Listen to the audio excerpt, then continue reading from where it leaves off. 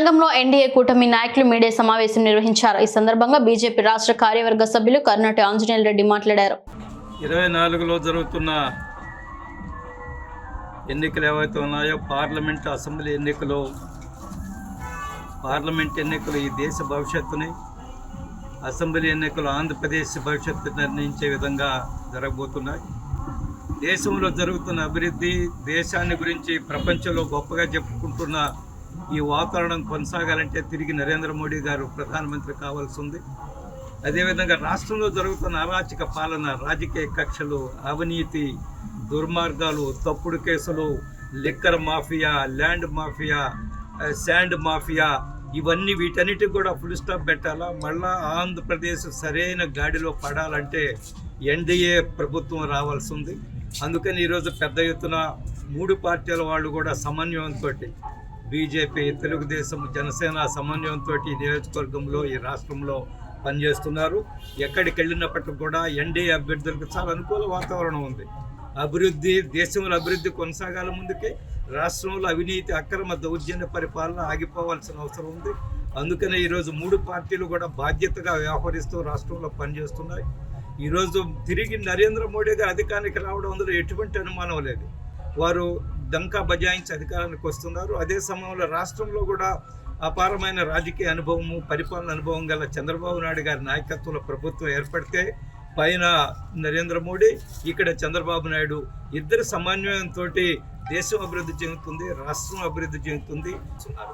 ఈరోజు ప్రజలు ఆలోచిస్తున్నారు, ఈ రాష్ట్రంలో కొండలు ఉండాలన్నా మాయం కావాలన్నా, ఈ రాష్ట్రంలో ఇసుక ఉండాలన్నా మాయం కావాలన్నా, ఈ రాష్ట్రంలో గనులు ఉండాలన్నా మాయం కావాలన్నా, ఇది ఈరోజు ప్రజల ముందు ఉండే ప్రధానమైన ప్రశ్న. అధికార పార్టీ నాయకులకి నిజంగా మనం ఈ ఎండల కాలంలో అన్నం తిన్నా సరిగా అరగడం లేదు. కానీ వాళ్ళు కొండలు మింగేస్తున్నారు, ఇసుక మింగేస్తున్నారు, గనులు మింగేస్తున్నారు. అరిగించుకునే శక్తి, అంత గొప్ప అరిగించుకునే శక్తి ఉంది. ఈ మింగుడు నుంచి రాష్ట్రాన్ని కాపాడాలంటే 3 పార్టీలు సమన్వయంగా పనిచేయాలా. ప్రజలు సరైన నిర్ణయం తీసుకోవాలని మేము విజ్ఞప్తి చేస్తున్నాం. ఎక్కడికి వెళ్ళినప్పటికీ కూడా రామనారాయణ రెడ్డి గారు గతంలో కాంగ్రెస్లో ఎమ్మెల్యేగా ఉన్నారు, మంత్రిగా ఉన్నారు, ఆర్థిక శాఖ మంత్రిగా ఉన్నారు. ఆ రోజు కాంగ్రెస్కి మేము వ్యతిరేకంగా ఉన్నాం, ఇప్పుడు కూడా కాంగ్రెస్కి వ్యతిరేకమే. కానీ వారు చేసిన అభివృద్ధి ఏవైతే ఉన్నాయో రాజకీయాలకు అతీతంగా ఆలోచించవలసిన అవసరం ఉంది. అందుకనే మేము గ్రామాలకు వెళ్తున్నప్పుడు ప్రజలు అవి గుర్తు చేసుకుంటున్నారు. రామనాయుడు గారు ఆర్థిక శాఖ మంత్రిగా ఈ నియోజకవర్గం ఏం చేశారో ఎక్కడికి వెళ్ళినప్పటికీ కూడా ప్రజలు గుర్తు చేస్తున్నారు.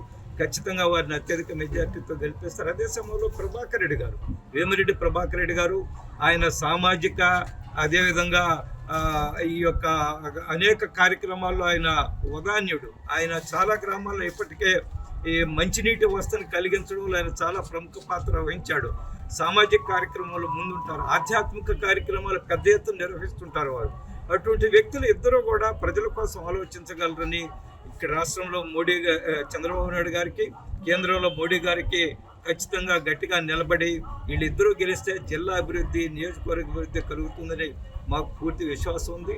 ప్రతి ఇంటికి ఎక్కడికి పోయినా కూడా ఈ గ్రామంలో కానీ, రేపు ఈ తాలూకాలో కానీ అభివృద్ధి జరగాలంటే తెలుగుదేశం అభ్యర్థులైనటువంటి రామనారాయణ రెడ్డి గారిని, అదేవిధంగా వేమిరెడ్డి ప్రభాకర్ రెడ్డి గారిని ఎంపీగా ఆశీర్వదించాలని చెప్పి ప్రజలు ఒక నిర్ణయానికి వచ్చేస్తున్నారు. రేపు రాబోయేటువంటి సార్వత్రిక ఎన్నికల్లో మే 13వ తేదీన జనాలందరికీ కూడా మేము ఒకటే విజ్ఞప్తి చేస్తున్నాం. గడిచినటువంటి 5 సంవత్సరాల పరిపాలన చూశారు ప్రజలందరూ కూడా.